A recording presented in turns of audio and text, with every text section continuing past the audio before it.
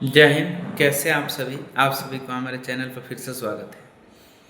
देखिए, हमारे जितने भी भाई हैं या बहन हैं जो भी ग्रुप डी के एग्ज़ाम देने वाले हैं, उन सब से हम यही कहेंगे कि वे एग्ज़ाम हॉल में किसी तरह का किसी से कोई बातचीत ना करें।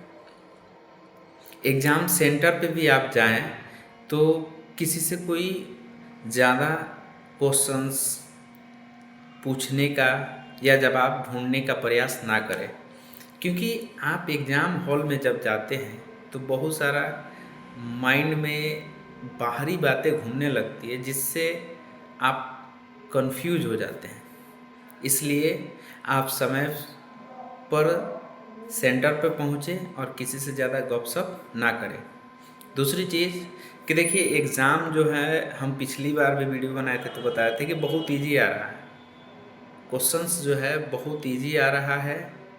देखिए, थोड़ा मैथ का क्वेश्चन जो है बहुत कैलकुलेटिव आ रहा है थोड़ा सा, ठीक है। दूसरी चीज़ की फिजिक्स में न्यूमेरिकल आ रहा है।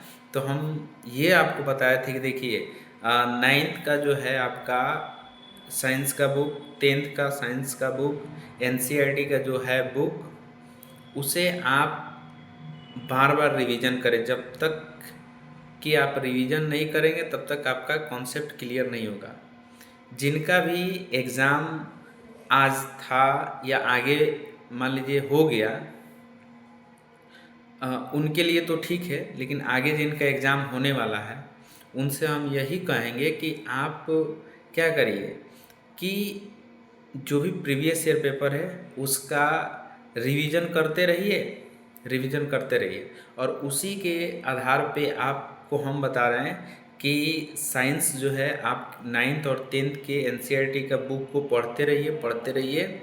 प्रीवियस ईयर पेपर को देखते हुए मैथ्स और रीजनिंग भी आप प्रैक्टिस करते रहिए, डेली प्रैक्टिस करिए। ये ना कि हम साइंस पढ़ रहे हैं तो मैथ का प्रैक्टिस नहीं करेंगे, नहीं, मैथ्स का भी प्रैक्टिस करते रहना है, मैथ और रीजनिंग का प्रैक्टिस करते रहना, ठीक है।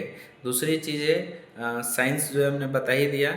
और तीसरी चीज़ जो है आपका वो है करंट का क्वेश्चंस, जीके जीएस वाला जो है पोर्शन है उसमें करंट का क्वेश्चन ज़्यादा आ रहा है।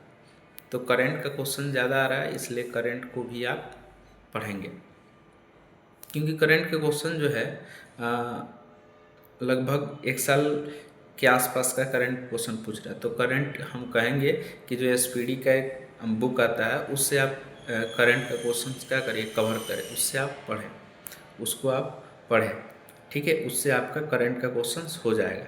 और मैथ साइंस आपको क्या करना है, डेली पढ़ते रहना है, रिवीजन करते रहना है और प्रीवियस ईयर का ख्याल रखते हुए आपको पढ़ना है, ठीक है।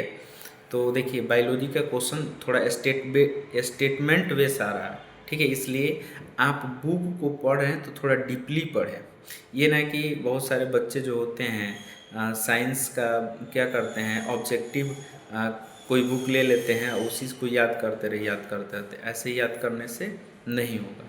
आपको डीपली थ्रोली क्या करना होगा, बुक को 2 बार 3 बार रीडिंग करना होगा।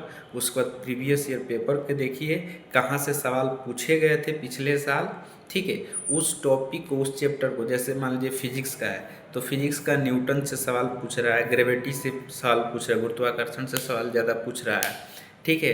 बायोलॉजी में प्लांट से सवाल पूछे जा रहे हैं, ठीक है। तो इन सब टॉपिक को आप क्या करिए, कवर करिए और उसको बार बार पढ़िए, रिवीजन करिए। आपका साइंस वहाँ से क्लियर हो जाएगा। मैथ्स थोड़ा कैलकुलेटिव आ रहा है तो आप क्या करें कि कम से कम आप 20 तक का पहाड़ा जो है आप याद करिए, 50 तक स्क्वायर याद कर लीजिए, ठीक है। कम से कम 20 तक क्यूब याद कर लीजिए, ठीक है। ये आपको बहुत फ़ायदा करेगा एग्ज़ाम हॉल में। और डेली क्या करिए ना, थोड़ा गुणा प्रैक्टिस करिए जल्दी जल्दी करने का, थोड़ा जोड़ घटाओ जो है प्रैक्टिस करिए जल्दी जल्दी, क्योंकि एग्ज़ाम हॉल में यही सारी टाइम टेकन अगर आप बचाते हैं तो आपका बहुत ज़्यादा समय बचेगा। और ऐसे करने से आप मतलब ओवरऑल सारे सवाल को क्या करेंगे, देख पाएंगे। बहुत सारे बच्चे ऐसे हैं, आपको बताएं, कि वे सवाल ही 100 सवाल देख ही नहीं पाते हैं, क्योंकि उनका पूरा टाइम ही ख़त्म हो जाता है। इसलिए आप क्या करेंगे, जो सवाल आपसे लग रहा है कि ये सवाल नहीं बनने वाला है, ये अभी दिमाग में नहीं आ रहा, तो आप घबराएं नहीं, उसको स्किप करके दूसरे सवाल पर जाएँ।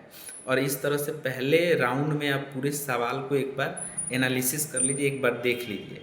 और ऐसे करने से अगर आप पूरे सवाल को एक बार देख लेते हैं तो आपको ये आइडिया लग जाएगा कितना परसेंट सवाल हमको लगभग बन जाएगा।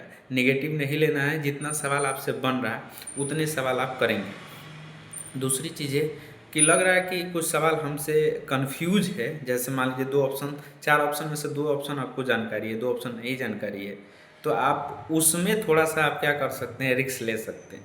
लेकिन अगर चारों में आपको डाउट है तो आप नहीं सवाल को करेंगे।